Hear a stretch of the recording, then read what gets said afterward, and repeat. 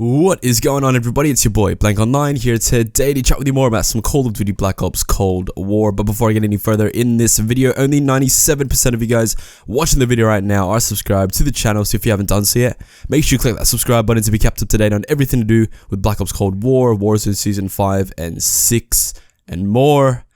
Without further ado, let's get into the video.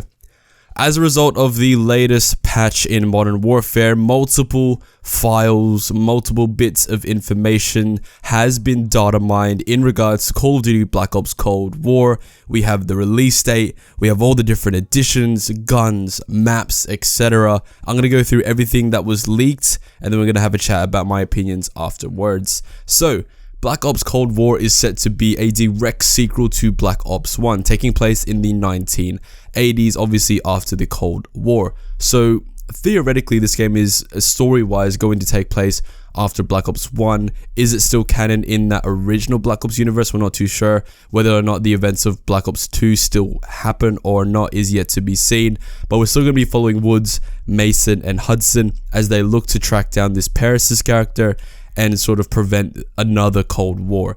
Again, I thought it was going to be a situation where we're going to have both the present day and then like back then in the Cold War having two different timelines and sort of the stories sort of intertwining with each other. But I guess that's not going to kind of happen. I guess it kind of will happen, but just set in the 80s rather than the 2000s. But that's pretty cool. So it's a direct sequel to Black Ops 1, so it's not a reboot like a lot of us thought it was going to be. But I'm pretty keen about this. I'm pretty excited to see how this goes and how the story goes, and this, I guess, this setting that they've put for Cold War is actually a really interesting one, and something that I don't think anyone has really explored before. So like 1980s, what if the Cold War happened again as a result of certain situations happening? I think it's going to be really cool. Let's jump in and talk about some multiplayer stuff, because I think that's what most people are sort of excited about. In terms of gameplay wise, it's very similar to Black Ops 2 and Black Ops 4. Basically, if those two games sort of made love and had a baby, that's sort of what the gameplay is like, but obviously with the Modern Warfare engine. So a lot of the sort of movements and that sort of stuff will look pretty similar to Modern Warfare 2019, just with the sort of flow and speed that Black Ops 2 and Black Ops 4 had, which I'm very keen about because I love Black Ops 2, my favorite Call of Duty game, and I feel like Black Ops 4 is, while not the best Call of Duty game, it is still like movement wise better than Modern Warfare 2019, so I'm super keen for that to come back. In terms of visuals, there has been an event where people have gone out to play Black Ops Cold War's multiplayer, and this is, well, some of these leaks are coming from that. Visually, the game is apparently looking better than Modern Warfare 2019. Color palette wise, it's a lot more vibrant, so it's a lot, say, like your original Treyarch games, and a lot like Black Ops 4 as well. It's not like Modern Warfare where you can't really see people, you know, in multiplayer when you're playing the game and you die and you don't necessarily know how or where you died from, and you find that it's just some dude in a building, in a window or whatever, and you can't really see them. Basically, that's sort of been eliminated now here in Cold War, and that's for the better, because obviously that's one of the most annoying things about Modern Warfare 2019. Visually, it while the game looks good, it doesn't look right. I guess that's the best way to put it. Dead Silence is returning as a perk, and this is news, and it's just beautiful things to my ears. The fact that Dead Silence is a perk and it's coming back here in Black Ops Cold War. Dead Silence not being a perk was one of the biggest issues of Modern Warfare 2019's multiplayer, mainly because of camping and safe spaces and that sort of stuff, and the fact that a Dead Silence not being a perk really sort of emphasizes that sort of idea that movement does get punished in Modern Warfare 2019, but since it's returning here in Black Ops Cold War, that is an overall good thing.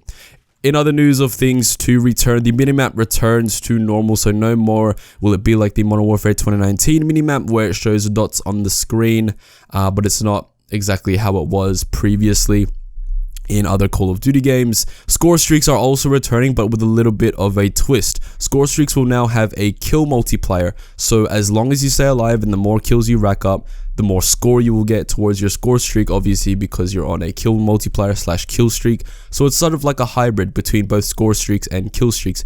The way that I see this being an issue is that kills will once again be more valuable than playing the objective, much like in Modern Warfare 2019.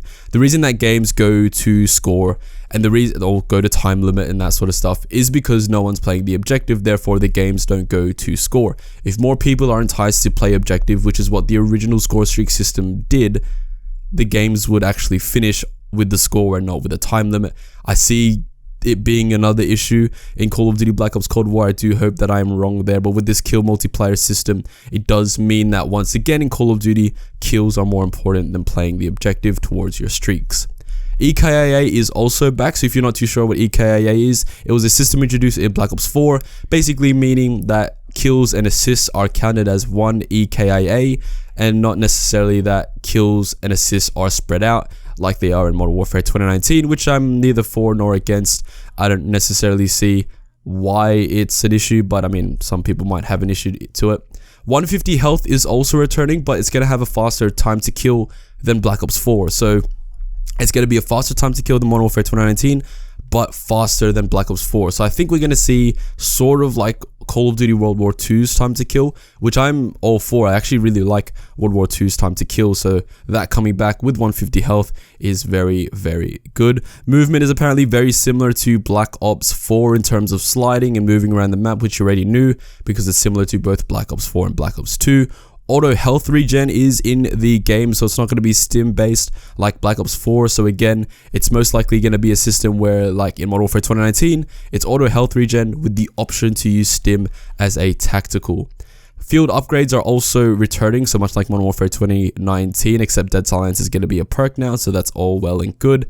Specialists are not returning, which I am very happy about. Personally, I wasn't really a big fan of the specialist system. It was really cool for maybe 2-3 years in Black Ops 3 and 4, I want to say, and somewhat in Infinite Warfare, but specialists not coming back. I think that is the best way to go about it. The operator system that we have now in Modern Warfare 2019 is more than enough, and I think that the operator system as a whole works better than specialists, because the problem with specialists is that you sort of put yourself in that sort of position where Call of Duty is much like an Overwatch hero type shooter, which is not what it is at all. So I think the operator does it better, still having that customization, still having all those sort of skins and emotes and all that sort of stuff, just without that added kill streak which specialists bring. Strong skill-based matchmaking is said to be in the game, and by strong skill-based matchmaking, I mean skill-based matchmaking that is much similar to Modern Warfare 2019, which I am very, very disappointed about. But I can also see why it is the case. A lot of people are playing Modern Warfare 2019, and a lot of casuals are playing Modern Warfare 2019 as well. So if you've seen any of my previous skill-based matchmaking videos, you know how important the casual fan base is to both Activision and the developers as well, mainly due to the fact that the casual audience are more likely to purchase things like Battle Pass, like store bundles and that sort of stuff.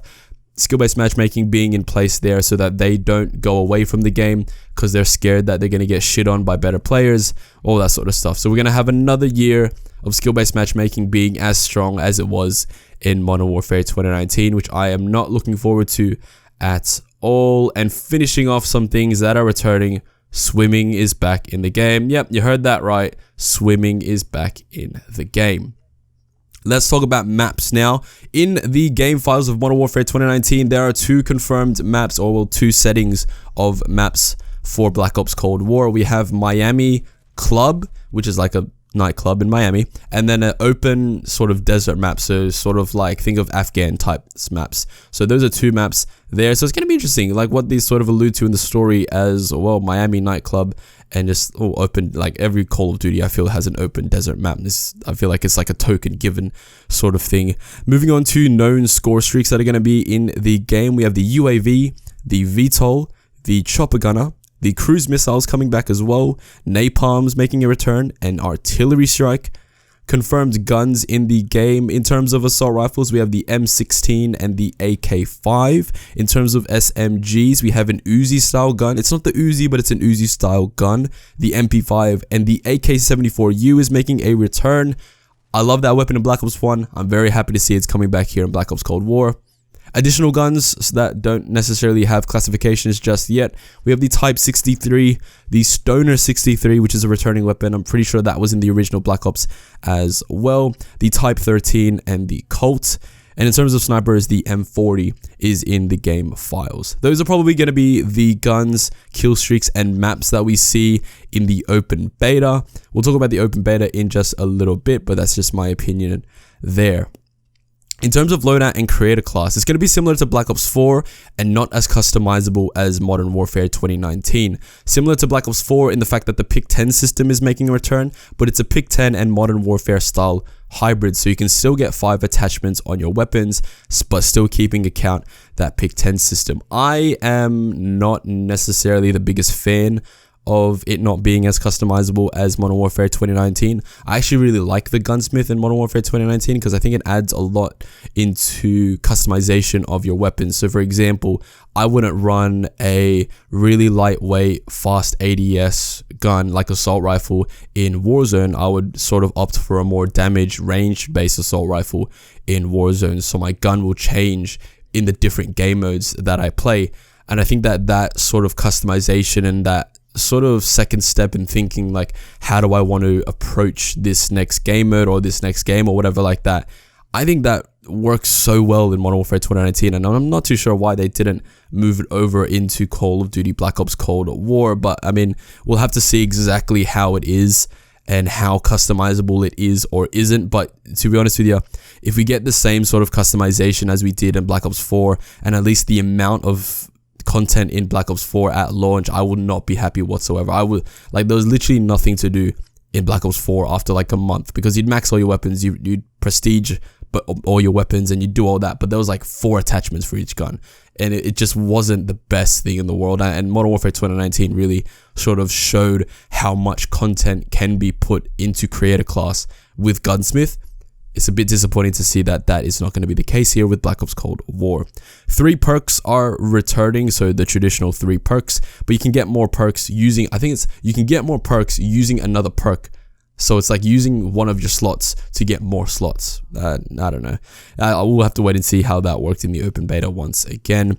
Moving on from multiplayer and moving into a bit of Warzone information for Black Ops Cold War. There will be a new map for Warzone in Black Ops Cold War. An interesting little bit of information was that Verdansk was actually destroyed during the Cold War, and all that was left was the bunkers, which is why all the older technology is in the bunkers. That's why all the screens and all those sort of stuff doesn't look modern day, because it's just remnants of the original Cold War. So the version of Verdansk we're gonna get in Black Ops Cold War is the Cold War version of Verdansk, so sort of going back to the past. So we're gonna have new assets, new styles of building, so it's obviously not gonna be as modern.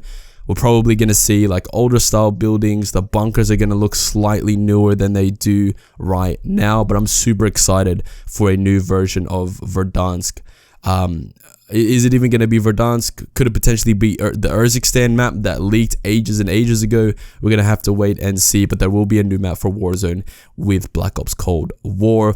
And the next and final little bit of information for the Black Ops Cold War Warzone is that Imran Zakhaev is actually in Black Ops Cold War, which is very, very interesting, sort of linking both franchises together. So both the Modern Warfare and the Black Ops timelines sort of lining up and being one continuous story.